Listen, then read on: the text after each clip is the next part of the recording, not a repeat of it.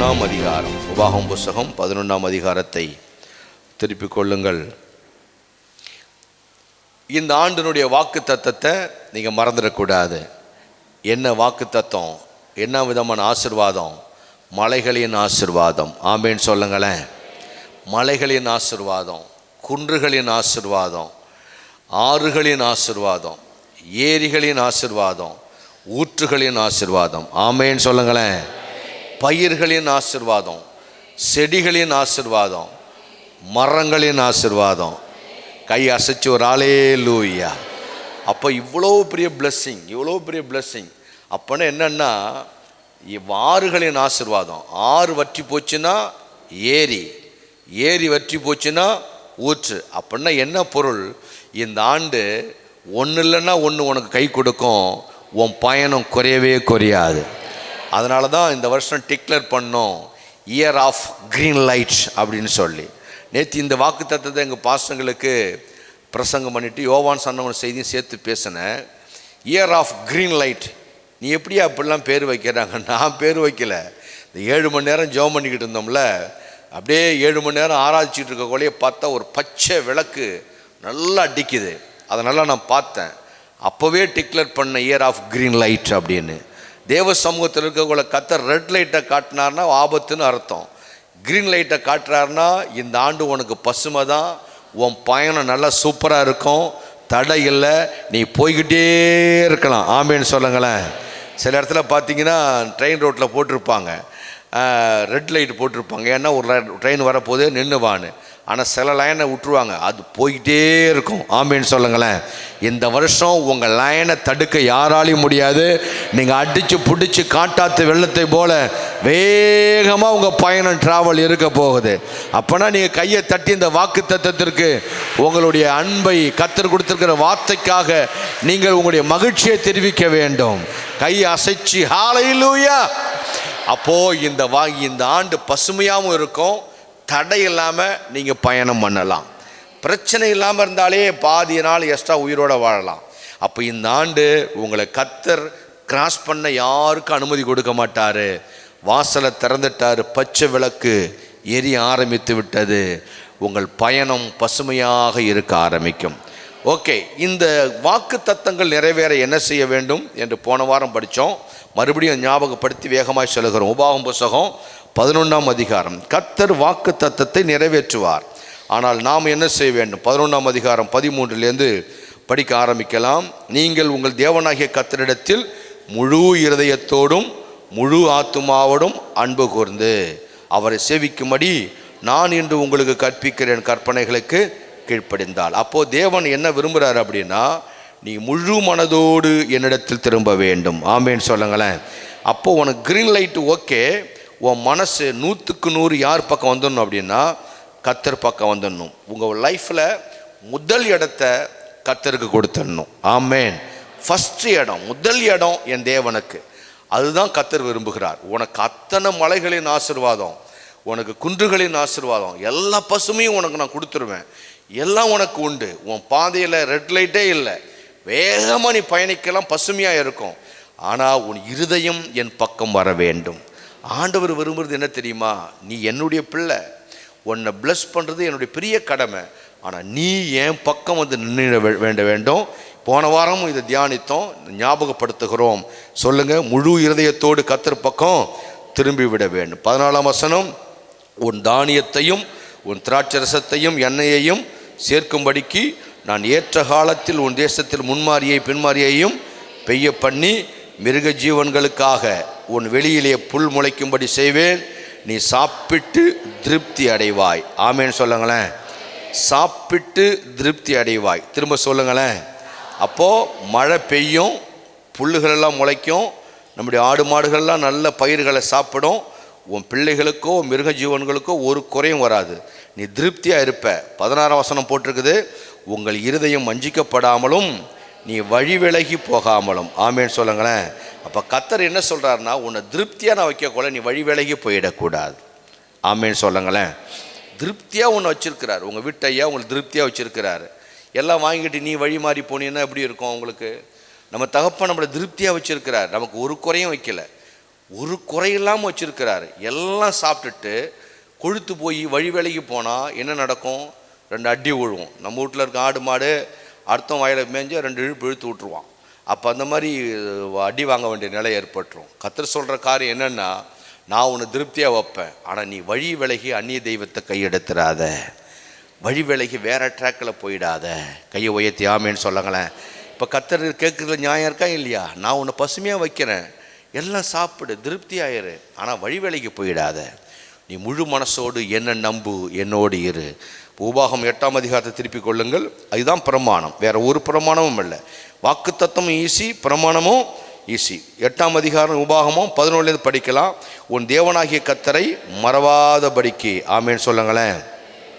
10 படிக்கலாம். ஆகையால் நீ புசித்து திருப்தி அடைந்திருக்கையில் உன் தேவனாகிய கர்த்தர் கொடுத்த அந்த நல்ல தேசத்துக்காக அவரை ஸ்தோத்தரிக்க கடவாய். 2026க்காக நம்ம என்ன செய்யணும்? கர்த்தருக்கு ஸ்தோத்திரம் சொல்லணும். எல்லாம் வாயை திறந்து ஒரு 10 ஸ்தோத்திரம் சொல்லுங்க.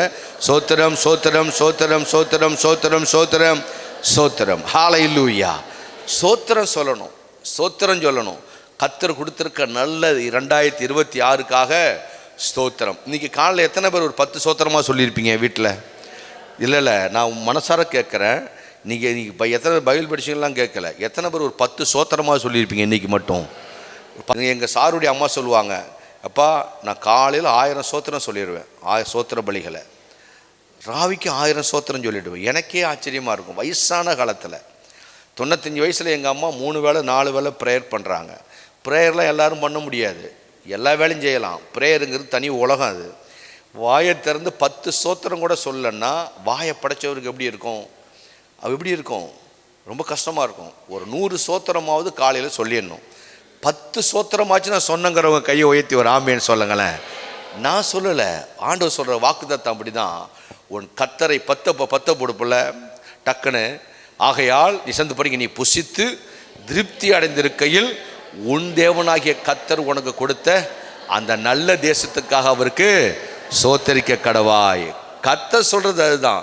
ஸ்தோத்திரம் என்பது என்ன? அது தேங்க்ஸ் கிவிங், நன்றி உள்ள இருதயம். அந்த இருதயம் நன்றியோடு இருக்கிறது, பசுமையோடு இருக்கிறது, உணர்வோடு இருக்கிறது என்பதற்கு அடையாளம் தான் ஸ்தோத்திரம். வெரி சாதாரண சிம்பிள். நான் காலையில் எழுந்த உடனே, ஆண்டவரே ஒரு புதிய நாளுக்காக ஸ்தோத்திரம், இந்த நாளில் என் ஜீவனோடு வைத்ததுக்காக ஸ்தோத்திரம், இன்னைக்கு உங்கள் கிருபை என் மேலே வைக்கிறபடியாலே ஸ்தோத்திரம், எனக்கு கர்த்தர் கொடுத்த மனைவிக்காக ஸ்தோத்திரம், பிள்ளைகளுக்காய் ஸ்தோத்திரம், சபை ஜனங்களுக்காய் ஸ்தோத்திரம், மூப்பர்களுக்காய் ஸ்தோத்திரம், எங்களுடைய காரிய கமிட்டி லீடர்களுக்காய் ஸ்தோத்திரம், டீனேஜ் பிள்ளைகளுக்காய் ஸ்தோத்திரம், சண்டே ஸ்கூல் பிள்ளைகளுக்காக ஸ்தோத்திரம். எல்லாத்துக்கும் ஒரே ஸ்தோத்திரம் இல்லை, ஒவ்வொன்றுக்கும் ஸ்தோத்திரம். ஆமேன்னு சொல்லுங்களேன். குழந்தைகளுக்காய் ஸ்தோத்திரம், கர்ப்பவதிகளுக்காய் ஸ்தோத்திரம், குழந்தை கொடுக்க போகிறதுக்காய் ஸ்தோத்திரம், திருமணம் நடக்க போகிறதுக்காய் ஸ்தோத்திரம், வீடு கட்ட போகிறதுக்காய் ஸ்தோத்திரம், ஊழிய செய்கிறவர்களுக்காய் ஸ்தோத்திரம். ஒவ்வொன்றுக்கும் ஒரு ஸ்தோத்திரம் போட்டாலே ஒரு 1000 ஸ்தோத்திரம் வந்துடும். ஆமேன்னு சொல்லுங்களேன். அப்புறம் எங்கள் மாவட்ட போதகர்களுக்காக, ஐபிஏ போதகர்களுக்காக, ஸ்தாபன தலைவர்களுக்காக, என்னை நேசிக்கிறவர்களுக்காக, கொடுக்கிறவர்களுக்காக, சபையில் உழைக்கிறவர்களுக்காக ஸ்தோத்திரம் ஸ்தோத்திரம் ஸ்தோத்திரம். ஏன் அப்படின்னு கேட்டால், அது வெளியேந்து யாரையும் கேட்டால் பைத்தியமாக தெரியும். ஆண்டவர் அதான் சொல்கிறாரு, நீ புசித்து திருப்தியாக இருக்கிறன்னா கர்த்தர் கொடுத்த நல்ல தேசத்துக்காக அவரை ஸ்தோத்தரிக்க கடவாய். நீங்கள் இந்த ப்ராக்டிஸ் இந்த வருஷம் பண்ணி பாருங்களேன், வேறு லெவலில் போயிடுவீங்க. ஆமேன்னு சொல்லுங்கள். கிறிஸ்டியன் லைஃப்பை விட ஒரு அற்புதம், ஒரு எளிமையான வாழ்க்கை இந்த உலகத்தில் ஒன்றுமே இல்லை. விருது எடுக்க சொல்கிறாரா, அங்கே பெறல சொல்கிறாரா, கால்நடையாக நடந்து வாங்குறாரா, அளவை குத்திக்கங்கிறாரா, நெருப்பில் நடங்கிறாரா, இந்த மாதிரி வேலைலாம் பண்ண சொல்கிறாரு, ஒன்றுமே இல்லையே. காலமே எழுந்த உடனே ஸ்தோத்திரம். ஆமேன்னு சொல்லுங்களேன். அதனால தான் அந்த காலத்துலேருந்து ஒரு பாட்டு அடிக்கடி காலையில் ஸ்தோத்திர கீதனும் பாடிக்கிட்டே நான் இருப்பேன். ஏன்னா இந்த வரிகள் எல்லாம் ரொம்ப பலமுள்ள வரிகள். அடுத்த வசனத்தை போடுங்க, 11ஆம் வசனத்தை போடுங்க. உன் தேவனாகிய கர்த்தரை மறவாதபடிக்கு. எல்லாம் சொல்லுங்க, மறவாதபடிக்கு. ஏன் கர்த்தர் இந்த வார்த்தையை சொல்கிறாருன்னா, நம்ம இருதயம் மறந்துடும். ஆமாம் தானே? இது நன்றி கட்ட உலகம், காஞ்சி போன உலகம்.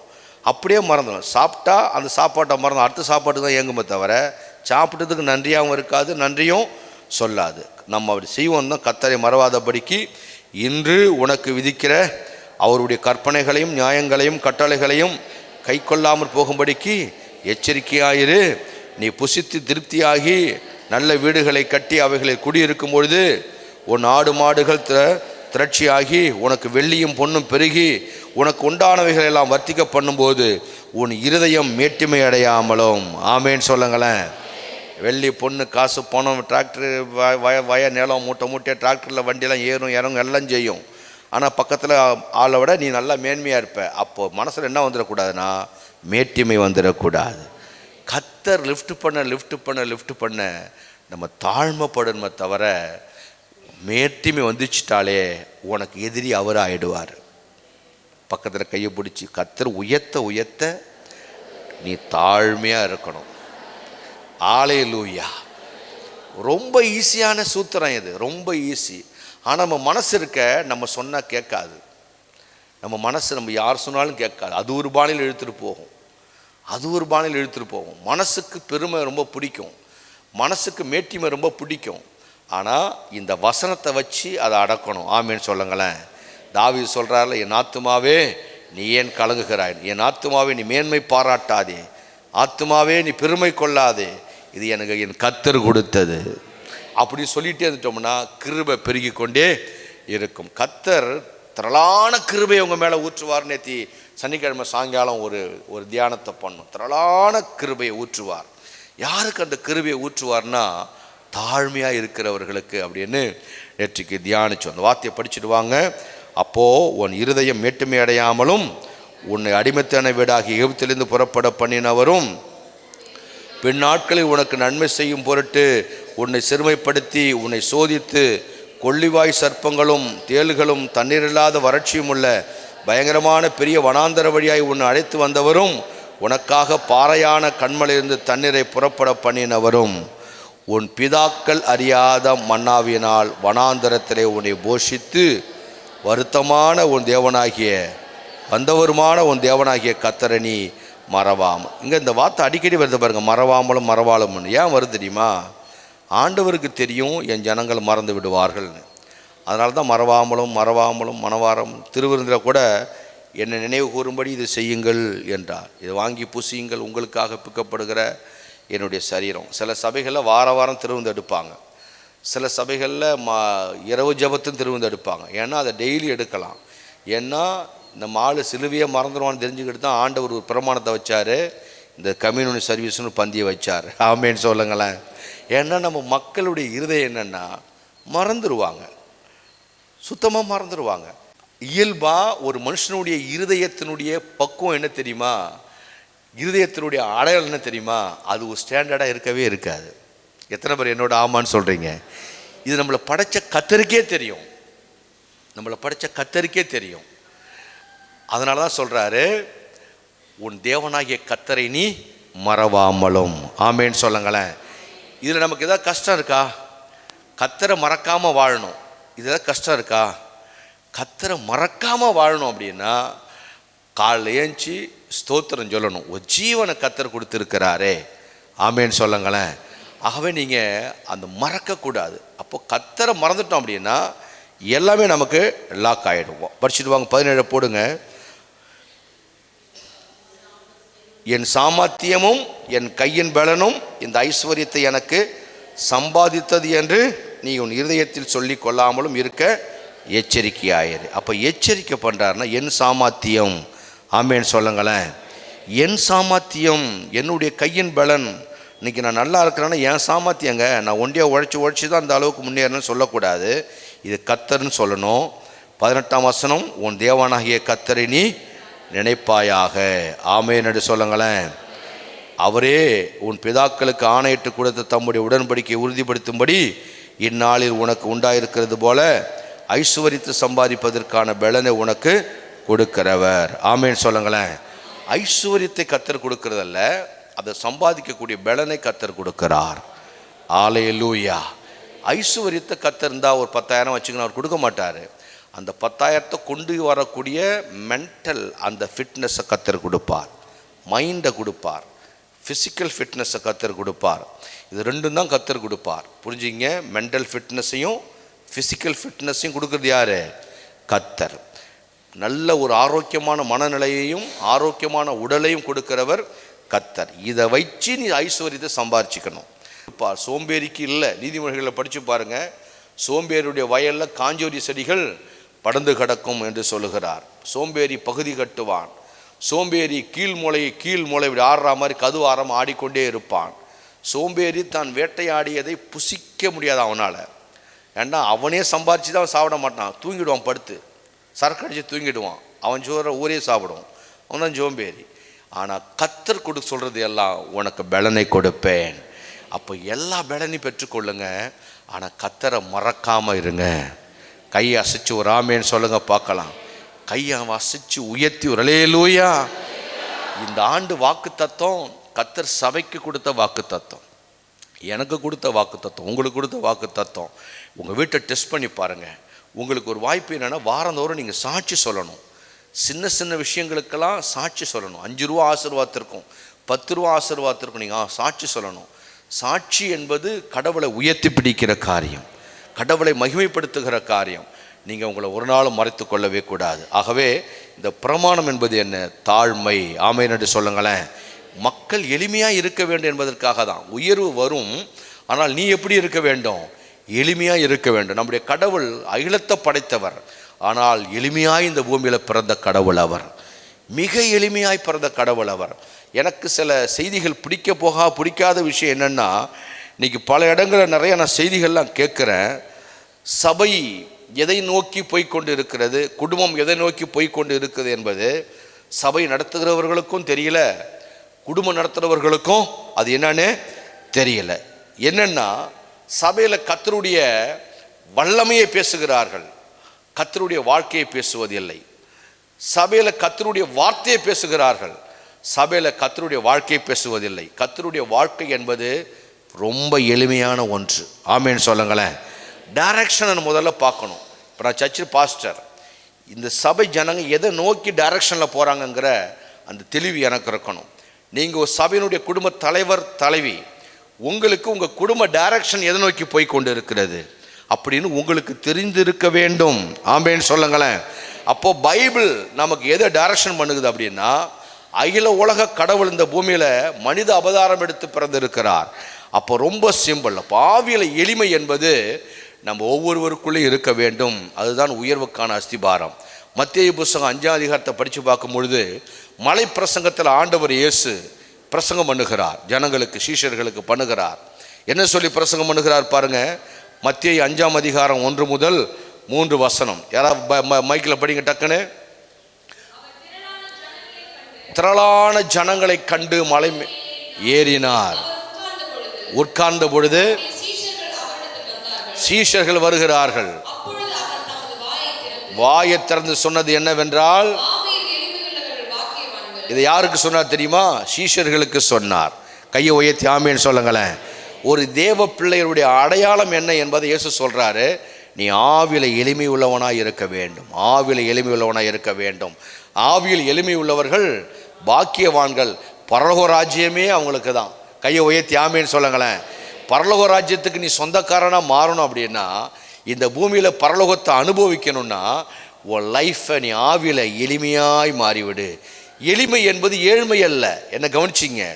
எளிமைன்னா கந்தரகோலமான வாழ்க்கை இல்லை, ஏழை இல்லை, ஒன்றும் இல்லாதவங்க இல்லை.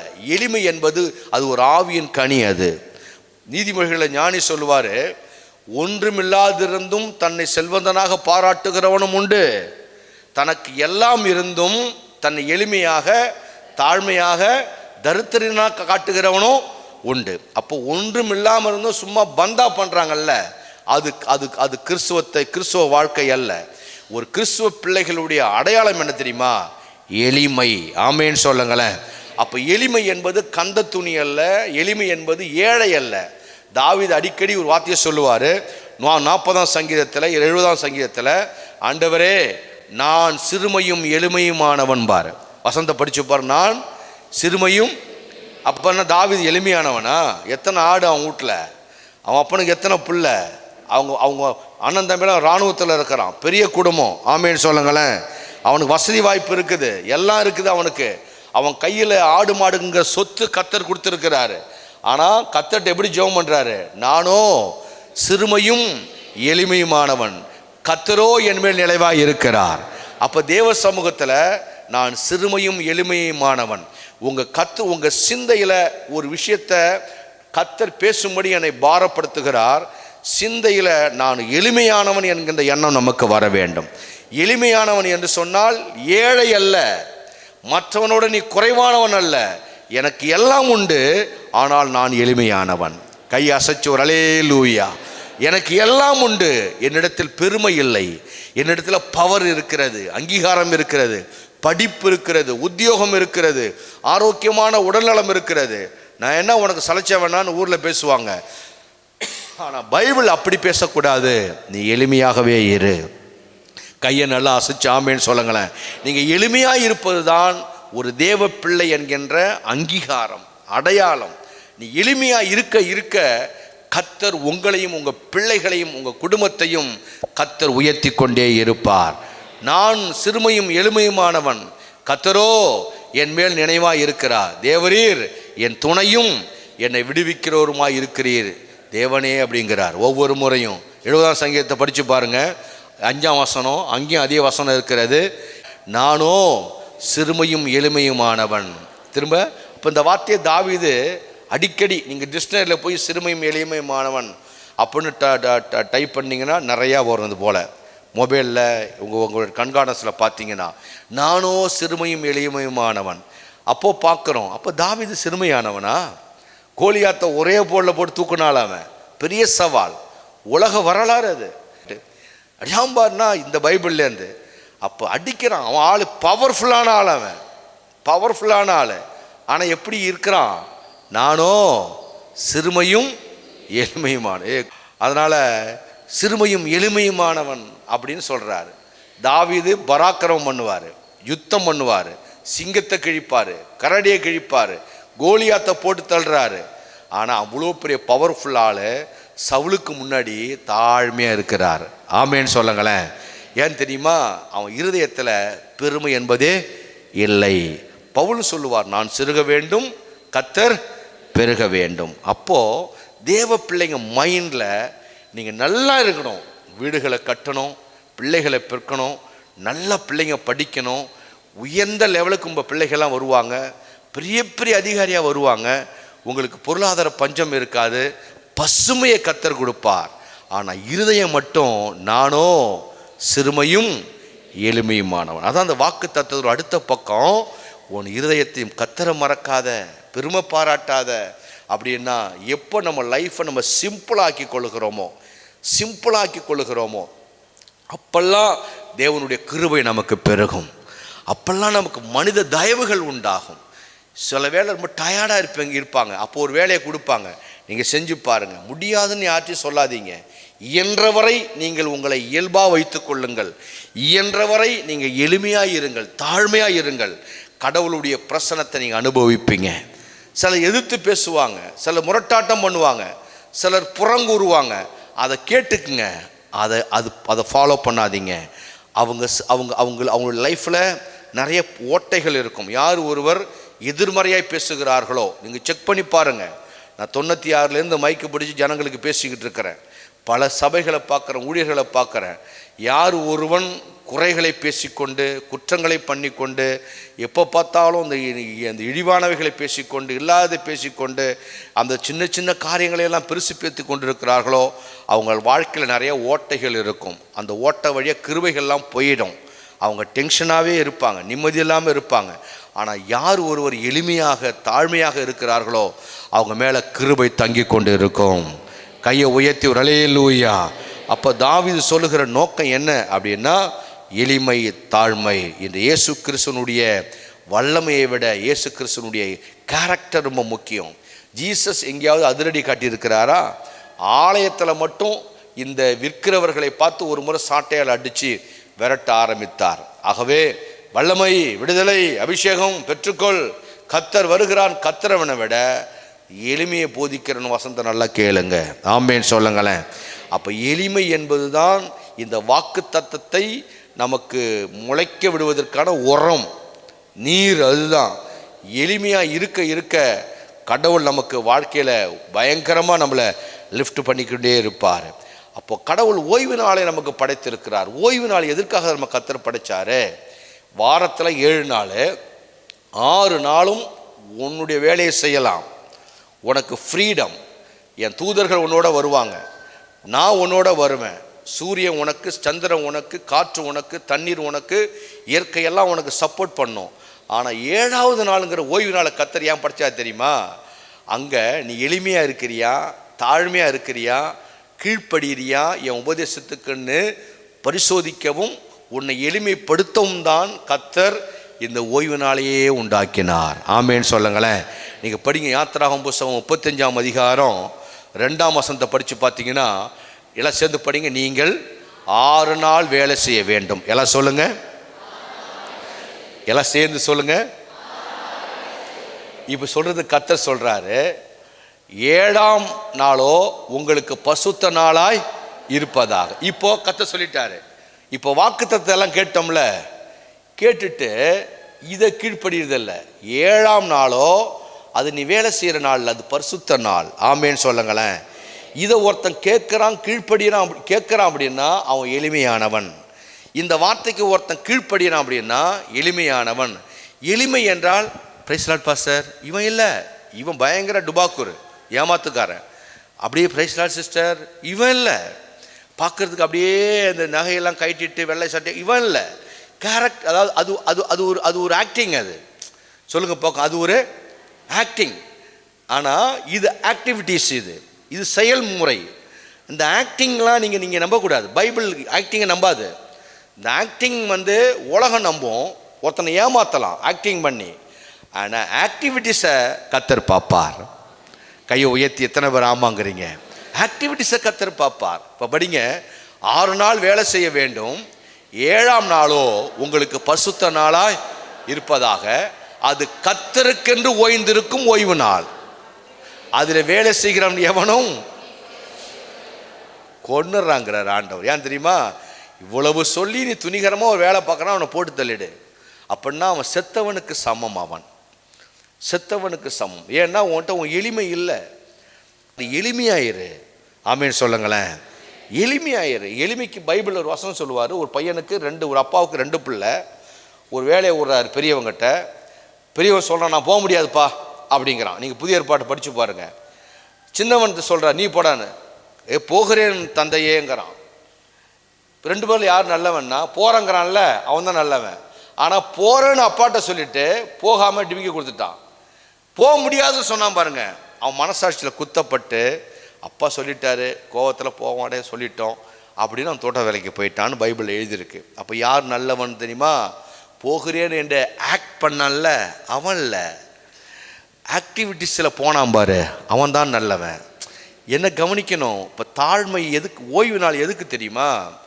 6 நாளும் வேலை செய், 7ஆம் நாள் நீ பரிசுத்த நாள், அது கர்த்தருக்கென்று ஓய்ந்திருக்க வேண்டும் என்று நம்முடைய படைத்த பிதா இயர் ஆஃப் கிரீன் லைட்னு சொன்னாரே, மலைகளின் ஆசீர்வாதம், குன்றுகளின் ஆசீர்வாதம் என்று சொன்னாரே, பயிர்களின், செடிகளின், மரங்களின் ஆசீர்வாதம் என்று சொன்னாரே, ஆறுகளின், ஏரிகளின், ஊற்றுகளின் ஆசீர்வாதம் என்று சொன்னாரே, அவர்தான் சொல்லுகிறார், பிள்ளைகளே இவ்வளவும் உங்களுக்கு வரும், ஆனால் ஆவில எளிமையாக இருங்க. அப்போ எளிமை என்பது என்ன? கீழே குனிஞ்சு தாழ விழுவதில்ல. எளிமை என்பது என்ன? சோதரையா, பிரைஸ்லாடியா, இப்படி நல்லா இருக்கீங்களா, நீங்கள் சொன்ன சரிதாயா, இது இல்லை. எவன் ஒருவன் ப்ராக்டிக்கலாக கர்த்தருக்கு கீழ்ப்படுகிறானோ, அப்போ கர்த்தர் சொல்கிறாரு, அவன் கொலை கூட நீ பண்ணலாம், அவன் பயங்கர ஆக்டர், அவன் ஆக்டர். அப்போ எளிமை என்பது என்ன? உட்கார வேண்டும். வார்த்தையினுடைய அப்படி லேவியராகும் புத்தகம் எதற்காக கர்த்தர் இந்த ஓய்வு நாளை கொண்டு வராருன்னா, 16:31 படித்து பார்த்தீங்கன்னா, நீங்கள் பைபிளை திருப்ப வேண்டாம், கடகன்னு செய்தியை முடிக்கிறேன், நீங்கள் ப்ரொஜெக்டரை பாருங்க, நோட் பண்ணிங்க. உங்களுக்கு அது விசேஷித்த ஓய்வு நாள். எல்லாம் சொல்லுங்க பார்க்கலாம். ஞாயிற்றுக்கிழமை சாதாரண நாள் இல்லைங்க. 6 நாளும் உழைக்க பலன் கொடுத்த, 6 நாள் நம்ம குடும்பத்தை பாதுகாத்த கர்த்தருக்கு ஒரு சமூகத்தில் அமர்ந்திருக்கணும். அப்போது அது விசேஷித்த ஓய்வு நாள். அதிலே உங்கள் ஆத்துமாக்களை தாழ்மைப்படுத்துவீர்கள். தாழ்மைப்படுத்துவதற்காக நாள். கையை உயர்த்துகிறோம், கீழே உட்காடுறோம், முழங்கால் போடுறோம், அப்படியே தாழ்த்துகிறோம். அப்போது இவ்வளவும் கர்த்தருக்கு தாழ்மைப்படுத்துகிற நாள். கர்த்தருடைய வார்த்தைக்கு உட்கார்ந்துருக்கிறோம். நம்ம உழைச்சிட்டு வந்த பலி, ரத்த வேர்வை சிந்தி கஷ்டப்பட்டு சம்பாதிச்ச பணங்களை தேவனுக்கு முன்பாக தாழ்மையோடு பலி செலுத்துகிறோம். அப்போ ஓய்வு நாள் என்பது என்னவா? பைபிளில் போட்டிருக்கிறது, உங்களை தாழ்த்த கடவீர்கள். தாழ்மைப்படுத்துகிற எளிமைப்படுத்துகிற நாள் இது. இன்றைக்கி உனக்கு வாங்க முக்கியமான வேலை, ஓவர் டூட்டி 2000 ரூபா சம்பளம் தரேன்னு சொல்கிறாங்க. ஆனால் பைபிள் லேவியராகவும் 13:31 சொல்லுது, நீ உன்னை கர்த்தருடைய சமூகத்தை தாழ்த்தன்னு. இல்லைங்க, நான் கர்த்தருக்கு கீழ்ப்படிஞ்சு ஆலயத்துக்கு போகணும் அப்படி சொல்லிட்டா நீங்களும் நானும் எளிமையானவர்கள். உங்கள் பிள்ளைகளுக்கு இந்த வசனத்தை போதியுங்கள், உங்கள் குடும்பத்துக்கு போதியுங்கள், உங்கள் ஜீவக்குழுவில் போதியுங்கள். நீ டிமிக்கி கொடுக்கறது யாருக்கும் இல்லை, நீ உன் கர்த்தருக்கு டிமிக்கி கொடுக்குற. இது எல்லாம் சேர்ந்து படிக்கிற அந்த வார்த்தையை, அது உங்களுக்கு விசேஷித்த ஓய்வு நாள். அதிலே உங்கள் ஆத்துமாக்களை தாழ்மைப்படுத்த கடவீர்கள். இது நித்திய கட்டளை. ஒரு நாள் கூத்தில்ல, செத்து சுடுகாடு போகிற வரைக்கும், செத்து கல்லறையில் மண்ணள்ளி போடுற வரைக்கும் நித்திய கட்டளை. ஓய்வு நாளை கடைபிடிக்க வேண்டும், கர்த்தருடைய நாளை கடைபிடிக்க வேண்டும். அன்னைக்கு நீ எந்த வேலைக்கு போனாலும், நீ என்ன வேணாலும் காரணம் சொல்லு, பைபிள் சொல்லுகிறது நீ கொலைக்கு சமமானவன், நீ சாவுக்கு சமமானவன், நீ உன்கிட்ட தாழ்மை இல்லை, உங்கள்கிட்ட எளிமை இல்லை. அப்போ எளிமை என்பது என்ன? கர்த்தருடைய கட்டளைக்கு கீழ்ப்படிவது. எத்தனை பேர் சொல்றீங்க, நான் மரிக்கிற வரை இந்த ஞாயிற்றுக்கிழமை விட மாட்டேன்னு எத்தனை பேர் சொல்றீங்க? கையை உயர்த்தி ஒரு அல்லேலூயா. இந்த பிரமாணத்துக்கு நீங்கள் கீழ்ப்படிஞ்சு பாருங்களேன், வாக்கு தத்தம் தானே முளைக்க ஆரம்பிக்கும், வாக்கு தத்தம் செயல்பட ஆரம்பிக்கும். ஒரு மரம் நடந்து போச்சுன்னா பரவாயில்ல, தலைக்கு மேலே வெள்ளம் போகுதுன்னா பரவாயில்ல. ஆனால் சர்வ சாதாரணமாக 100 காசு வேலைக்கும் 50 காசு வேலைக்கும், சும்மா அவர் சொன்னார் இவர் சொன்னாலும், ஓவர் டைமுங்கிறதும், டியூட்டி மிஷின் சேஞ்சு, இதெல்லாம் இந்த கதைகள்லாம் யார் கேட்பா? கர்த்தர் கேட்பாரா? கர்த்தர் இருதயங்களை ஆராய்கிறவர். உங்கள் பிள்ளைகளை கருத்தாக நடத்துங்க. சில பேரண்ட்ஸு பிள்ளைகளை விடுறதில்ல, சில பேரண்ட்ஸ் விடுறதில்ல, சில வயசானவங்க கூட அதை விடுறதில்ல. நீங்கள் இது சொல்கிறாரு ஆண்டவர், இது நித்திய கட்டளை. ஆமேன்னு சொல்லுங்கள். அப்போ ஓய்வு நாள் ஞாயிற்றுக்கிழமை கீழ்ப்படுகிறதுங்கிறது அது நித்திய கட்டளை. அப்போ நம்ம சாகிற வரை இந்த ஓய்வு நாளுக்கு கடைபிடிக்க வேண்டும். இப்போ ஓய்வு நாள் யாருக்காக கர்த்தர் உண்டாக்குனார் தெரியுமா? நமக்காக தான் உண்டாக்குனார். ஓய்வு நாளுக்காக நம்மல்ல, நமக்காக தான் ஓய்வு நாள். எல்லாம் சொல்லுங்க பார்க்கும், எல்லாம் திரும்ப வார்த்தையை சொல்லுங்க. ஓய்வு நாளுக்காக நம்மல்ல, நமக்காக தான் ஓய்வு நாள். ஆதாமுக்காக தான் ஏவாளை படைச்சாரு, ஏவாளுக்காக ஆதாம் படைக்கல ஆண்டவர். வயிற்றுக்கு தான் போஜனம், போஜனத்துக்காக வயிறு இல்லை. நான் சொல்றதுதான் புதிய ஏற்பாட்டு பைபிளில் இருக்குது. இப்போ படிங்க பார்க்கலாம். ஓய்வு நாள் யாருக்கு? மார்க் 2ஆம் அதிகாரம் 27ஆம் வசனத்தை படிச்சு பாருங்க. பின்பு அவர்களை நோக்கி, மனுஷன் ஓய்வு நாளுக்காக உண்டாக்கப்படவில்லை. எல்லாம் சேர்ந்து படிங்க. மனுஷன் ஓய்வு நாளுக்காக பாருங்க, கர்த்தர் ஓய்வு நாளை படைச்சிட்டு நம்மளை படைக்கல, நம்மளை படைச்சிட்டு நமக்காக தான் ஓய்வு நாளை படைச்சார். இப்போ எத்தனை பேருக்கு கர்த்தர் புரியுது?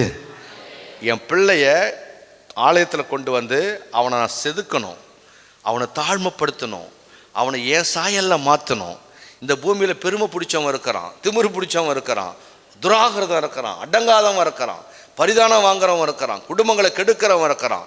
இந்த சமூகத்தில் என் ஜனங்களை உப்பாக, வெளிச்சமாக, ஒரு வித்தியாசமான ஒரு ஷைனிங் லைட்டாக அவங்கள பிரைட்டாக பிரகாசிக்க பண்ணணும். அப்படின்னா ஜனங்களை கூட்டி சேருங்கள், ஞாயிற்றுக்கிழமைகளிலே என் பிரமாணத்தை போதியுங்கள் என்று சொல்லி கர்த்தர் ஓய்வு நாளை நமக்காக படைத்தார்.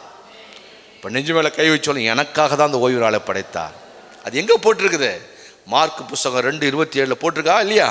இன்னொரு முறை படிங்க. நீங்கள் அவர்களை நோக்கி, மனுஷன் ஓய்வு நாளுக்காக உண்டாக்கப்படவில்லை, ஓய்வு நாள் மனுஷனுக்காக உண்டாக்கப்பட்டது. அப்போ எனக்காக உண்டாக்கப்பட்ட நாளை நீ டிமிக்கி கொடுத்துட்டு நீ ஒரு பக்கம் போறன்னா, நீ மரித்தவனுக்கு சமம், செத்தவனுக்கு சமம், கொலை செய்யலாம் அவனை. அப்படின்னா என்ன அர்த்தம்? அவனை தூக்கி எறிடா, அவனெல்லாம் கணக்கிலே வச்சுக்காத, அவனெல்லாம் கணக்கிலே வச்சுக்காத. மரித்த கூட்டத்தில் இருக்கிறான் அவன், மரித்தவர்கள் மத்தியிலே தாபரித்து கொண்டு இருக்கிறான், செத்தவர்கள் கூட்டத்தோடு உலாவி கொண்டு இருக்கிறார்கள், பிழைப்புக்கு அடுத்த அலுவலில் சிக்கி கொண்டு இருக்கிறார்கள். ஆனால் ஓய்வு நாளுக்குள்ளே வருகிற பிள்ளைகள் தேவ சாயலை பெற்று கொண்டு இருக்கிறார்கள், தேவனுடைய கீழ்ப்படிதலுக்குள்ளே வருகிறார்கள். ஒவ்வொரு நாளும் தேவ பிரசனம் அவர்களை நிரப்ப ஆரம்பிக்கிறது. அப்போ தேவ பிள்ளைகளுடைய கேரக்டர் என்ன தெரியுமா? எளிமை. எளிமை என்பது என்ன தெரியுமா? கீழ்ப்படிதல். கையை உயர்த்தி ஆமேன்னு சொல்லுங்களேன். கீழ்ப்படியாமல் நீங்கள் இந்த ஆக்டிங் மட்டும் வச்சுக்கவே கூடாது. ரொம்ப கேர்ஃபுல்லாக இருக்கணும். இந்த ஆக்டிங் பண்ணுற ஆளை பார்த்துட்டாலே துஷ்டனை கண்டா தூரம் ஒரு அடிங்கிற மாதிரி அவன்கிட்ட கத்தி இருக்காது, ஆக்டிங் பண்ணி நம்மளை கவுத்துருவான். அந்த மாதிரி ஆளை கண்ட தூரமாக எட்ட நிற்கணும். பார்த்தா அப்படியே பாட்டுத்தனமாக இருக்கும், பார்த்தா பரிசுத்தமாக இருக்கும், பார்த்தா ஆடைகளை பார்த்தா, ஆளை பார்த்தா, பேச்சை பார்த்தா அப்படியே பச்சை புள்ள மாதிரி இருக்கும். இதில் எத்தனை சகோதரிகள் வாழ்க்கை இழந்திருக்காங்க தெரியுமா? எத்தனை மக்கள் பொண்ணை கொடுத்துட்டு ஏமாந்துருக்காங்க தெரியுமா? எத்தனை குடும்பத்தில் பணத்தை கொடுத்து ஏமாந்துருக்காங்க தெரியுமா? அப்படின்னா நான் இப்படி நினச்சிட்டேன் பாஸ்டர், இப்படி நினச்சிட்டேன், ஆளை இப்படி இருக்கிறானே, பார்க்க தேவசாயில் இருக்கிறானே, பதுசாக இருக்கிறானே, அப்படி நினச்சி தான் நாங்கள் அப்படி பண்ணோம் அப்படின்னு ஏமாந்து போன ஏகப்பட்ட குடும்பங்கள் உண்டு. ஆனால் கர்த்தர், நான் ஆக்டிங்கை பார்க்க மாட்டேன்ப்பா, ஆக்டிவிட்டீஸை பார்ப்பேன், அவன் கீழ்ப்படிதலை பார்ப்பேன். நீங்களும் நானும் செய்ய வேண்டிய ஊழியம், இந்த ஞாயிற்றுக்கிழமை ஓய்வு நாள் என்பது நித்திய உடன்படிக்கை எனக்காக கர்த்தர் உண்டாக்கின நாள் இது. ஹல்லேலூயா. மத்தேயு 12ஆம் அதிகாரத்தில் கர்த்தர் சொல்ற இந்த அவர் கீழ்ப்படிதலை பற்றி சொல்றார், தாழ்மையை பற்றி சொல்றார். நம்ம கர்த்தருடைய பிள்ளைங்க தாழ்மையாக இருக்கணும் என்பதற்கு சில அடையாளங்கள் சொல்றாரு. மத்தேயு 12ஆம் அதிகாரம் 7லேருந்து 12 வரை, பலியை அல்ல, எல்லாம் சேர்ந்து படிங்க, இரக்கத்தையே விரும்புகிறேன் என்பதன் கருத்து என்னதென்று நீங்கள் அறிந்தீர்களானால் குற்றமில்லாதவர்கள் நீங்கள் குற்றப்படுத்த. இங்க பாருங்க, பலியும் இரக்கத்துக்கும் உள்ள கருத்து என்ன தெரியுமாங்கிறார் ஆண்டவர். பலிக்கும் இரக்கத்துக்கும் உள்ள கருத்து என்ன தெரியுமா? குற்றமில்லாத ஒருவனை நீ குற்றப்படுத்துகிறாய். குற்றமில்லாதவனை குற்றப்படுத்தி விட்டு நான் இரக்கமா தாழ்மையா இருக்கிறேன்னா நியாயமா? அது பைபிள் சொல்லுது. பலி அல்ல, இரக்கத்தையே விரும்புகிறேன் என்று சொல்றீங்களே, அதனுடைய கருத்து என்னது என்று உங்களுக்கு தெரியுதா?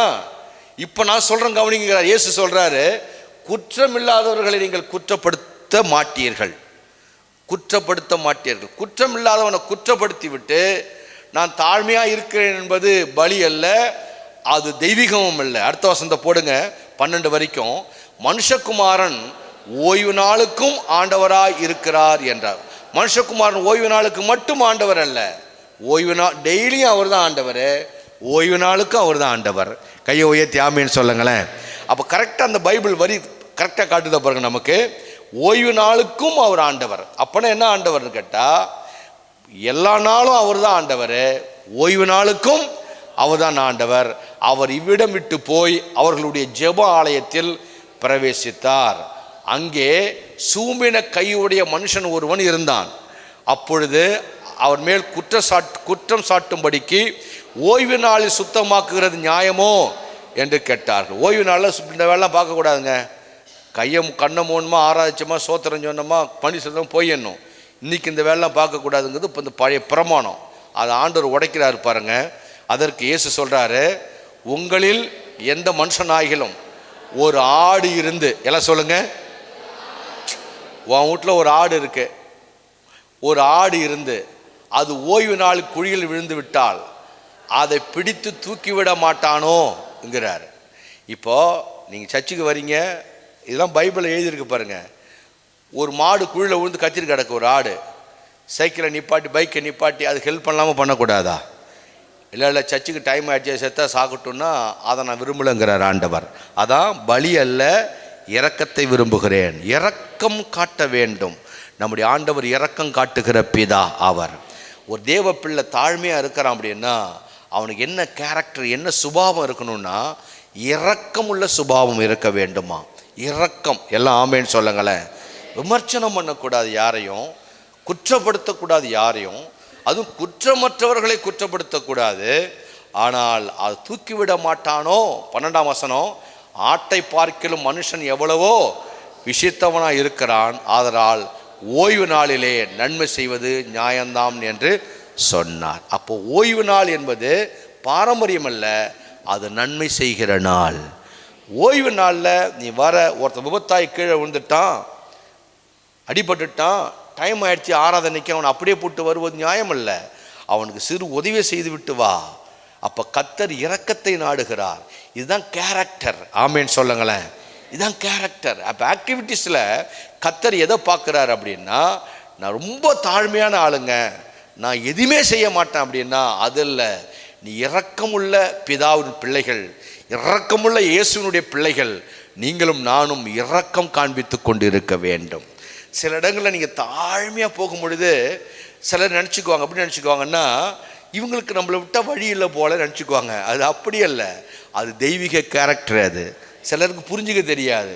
சிலர் வலிமையாக வாண்டடாக வந்து பேசிட்டு கிடப்பாங்க.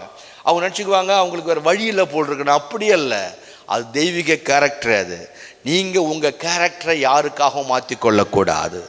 பக்கத்தில் கையை பிடிச்சாலும் யாருக்காகவும் உங்கள் எளிமையின் கேரக்டரை நீங்கள் மாற்றிக்கக்கூடாது. நீங்கள் தாழ்மையாகவே இருங்கள்.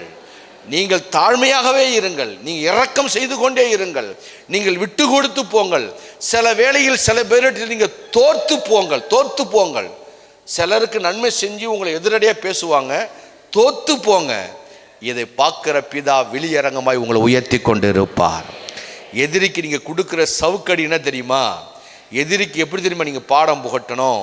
அவனை கர்த்தர் உயிரோடு வச்சு உங்களை உயர்த்திக்கிட்டு இருப்பார். அவன் செத்து போகணும்னு நினைக்காதீங்க. அவனுக்கு ஒரு சாக்காடை வரும்னு நினைக்காதீங்க. அவன் நோய் வாய்ப்புன்னு நினைக்காதீங்க. அவன் பாட்டுக்கு அப்படியே இருப்பான். சர்ச்சுக்கு வந்து பின்மாறி போகிற ஆள் அப்படியே இருப்பான். சர்ச்சுக்குள்ளே புதுசாக வந்த ஆள் வளர்ந்து கொண்டே இருப்பான். அதுதான் அவனுக்கு பெரிய வெக்கம், அதுதான் அவனுக்கு பெரிய அசிங்கம். என்னால் உயர முடியலையே, என்னால் முன்னேற முடியலையே அப்படின்னா ஒருவனை உயர்த்துவதற்கு ஆள் ஹைட்டை கர்த்தர் பார்க்கறதில்ல, அவனுடைய எளிமையை கர்த்தர் பார்க்கிறார். பசுமை என்கின்ற வாக்கு தத்துவம் இந்த ஆண்டு நம்ம சபைக்கு வரும். ஆனால் சபை ஜனங்களே, நீங்கள் எளிமையாக இருங்கள். தேவனுக்கு முன்பாக தாழ்மையாக இருங்கள். ஓய்வு நாளை கடைப்பிடிங்கள். இது மாறாத பிரமாணம். கையை உயர்த்தி ஒரு அல்லேலூயா சொல்லலாமா? இந்த எளிமையானவர்களுக்கு என்று சொல்லி ஒரு வாக்கு தத்தம் இருக்கிறது. சொல்லுங்க பார்க்கும். எளிமையானவர்களுக்கென்று ஒரு வாக்கு தத்தம் இருக்கு. என்ன கவனிக்கணும். எளிமையானவர்களுக்கு ஒரு வாக்கு தத்தம் இருக்கு. ஏசாயா புஸ்தகம் 41:17. ஜெபிக்கிறவங்களுக்கு தான் வாக்கு தத்தம் நினச்சிக்கிட்டு இருப்போம். நம்ம கொடுக்குறவங்களுக்கு தான் வாக்கு தத்தம் நினச்சிக்கிட்டு இருப்போம். எளிமையானவர்களுக்கு வாக்கு தத்தம் இருக்கு. ஏசாயா 11:17 கையில் எடுத்துக்கொள்ளுங்க. எல்லாம் சேர்ந்து படிக்கலாம். சிறுமையும் எளிமையுமானவர்கள் எல்லாம் சொல்லுங்க. ஏன்னா இவங்களுக்கான வாக்கு தத்தம் அதை சொன்ன சிறுமையும் எளிமை என்ன, ஏழை அல்ல. சிறுமையும் ஏழை எளிமை என்றால் அவங்க ஒன்றும் இல்லாதவங்க இல்லை, எல்லாம் இருந்தும் அவங்க எப்படி இருப்பாங்க? எளிமையாக இருப்பாங்க. ஆனவர்கள் அது தண்ணீரை தேடி அது கிடையாமல் அவர்கள் நாவு தாகத்தால் வரலும்போது, இங்கே பாருங்க, நமக்கு வறட்சி வரும், நமக்கு தண்ணீர் தேவைப்படும், அலைவோம், கிடைக்காது.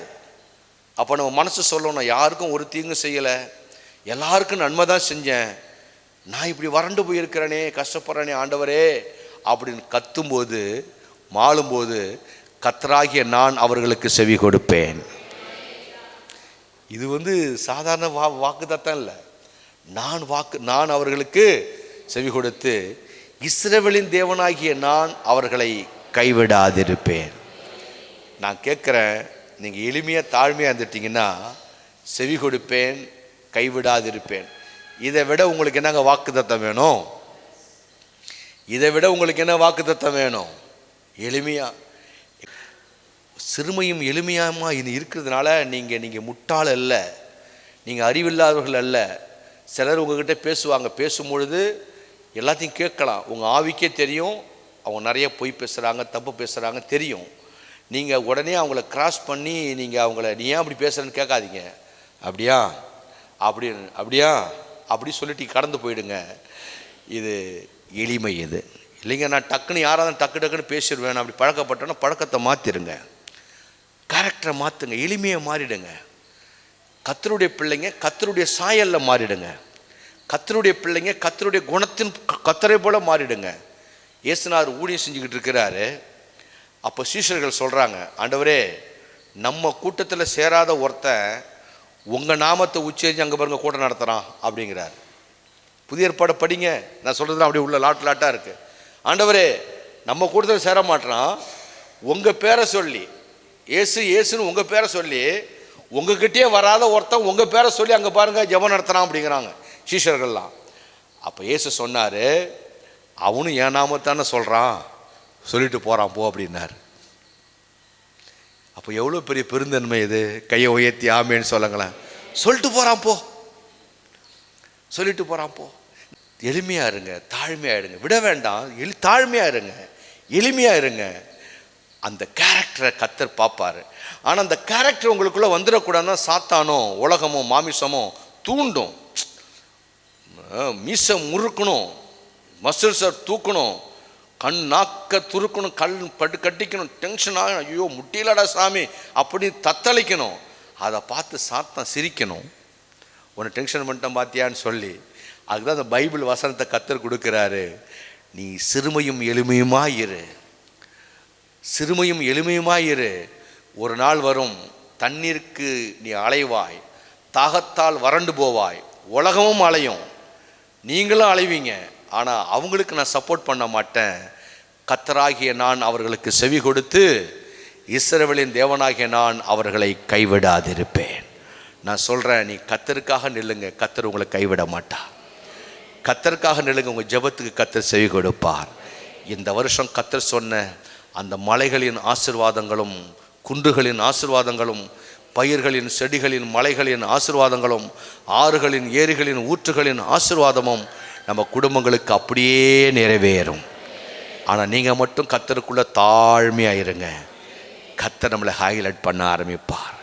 ஜெபிக்கலாமல் எழுந்து நின்று, ஆண்டவரே என்னுடைய கேரக்டர் மாறணும், கேரக்டர் மாறணும். கேரக்டர் ரொம்ப முக்கியம். தேவ பிள்ளைகளுக்கு பணம் காசு கட்டுற புடவை சேட்டு கோட்டை விட அவன் ஆக்டிவிட்டீஸ் ரொம்ப முக்கியம். ரொம்ப நீங்கள் தாழ்மையாக இருங்க. உங்களை பகைச்சா கூட பிரைஸ் லார்ட் அப்படி சொல்லிட்டு போயிடுங்க. கோபமாக இருந்தால் கூட சோத்திரம்னு சொல்லிட்டு போயிடுங்க. அதுதான் ஒரு ஸ்பிரிச்சுவல் கேரக்டர், தெய்வீக கேரக்டர். இப்போ ஒரு நிமிஷம் உங்களை கர்த்தருக்கு ஒப்பு கொடுத்து, அப்பா எனக்கு இந்த கேரக்டர் இருக்கட்டும்ப்பா, ஓய்வு நாளை நான் மிஸ் பண்ண மாட்டேன், அது கர்த்தருக்கு என்னை தாழ்மைப்படுத்துகிற நாள் இது. சிலருக்கு இது தெரியுதில்லை. என்ன ஒரு வாரம் போட்டினா என்ன, போட்டினா என்ன, இருதயத்தை தாழ்மைப்படுத்த நீ விரும்பல, இந்த தாழ்மையின் கேரக்டர் உனக்கு இல்லை, அவ்வளவுதான், வேற என்ன. தாழ்மைப்படலாமா? நம்மகிட்ட ஜென்ம சுபாவம் இருக்கு, நம்மகிட்ட பெருமை இருக்கு, நம்மகிட்ட முற்கோபம் இருக்கு. முற்கோபம் அடிச்சிடுறோம், திடீர்னு கடுமையாக பேசிடுறோம், திடீர்னு கத்த ஆரம்பிச்சிடுறோம், திடீர்னு ஒட்டாரம் பண்ண ஆரம்பிச்சிடுறோம், தாழ்ந்து போக மாட்டோம், திடீர்னு எதையாவது பண்ணிடுறோம். அது சரியான கேரக்டர் இல்லை.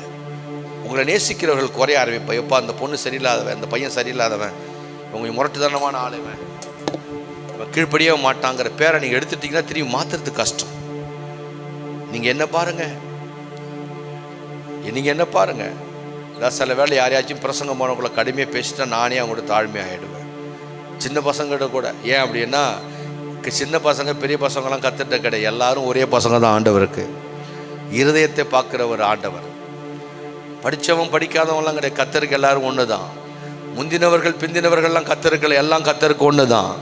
படைப்பின் நாயகருக்கு எல்லாரும் அவருடைய பிள்ளைகள் தான், எல்லாரும் அவருடைய பிள்ளைகள் தான். அதனால தான் தாழ்மையாக போய் கிராமங்களில் போய் ஊழியம் செய்கிறோம், போய் அந்த ஏழை ஜனங்கள் மத்தியில் ஜே நகரில் ஊழியம் செய்கிறோம், தாழ்மையாக வீட்டு கூட்டத்துக்கு போகிறோம். சர்ச்சுக்கே வராதவங்க விட்டு தானாக போய் சர்ச்சுக்கு வாங்கன்னு ஏன் கூப்பிட்றோம் தெரியுமா? அதுதான் தாழ்மை. அவங்கனா பெரிய ஆளா, அவங்க வீட்டுக்கு போகணுமா அப்படி ஏன் நினைக்கிறது இல்லைன்னா, நம்மக்கிட்ட இருக்கிற அபிஷேகம் ஆவி அதுதான். கர்த்தர் அதான் சொல்லி கொடுத்துருக்கிறார். கண்களை மூடி தாழ்மையில் அடிமையை நோக்கி பார்த்தீரே. ரெண்டு கையும் கர்த்தருக்கு நேராக ஏந்தி, அடிமையை நோக்கி பார்த்தீரே, உயர்த்தி மகிழ்ந்தீரே, ஒரு கோடி ஸ்தோத்திரமே. சொல்லுங்க.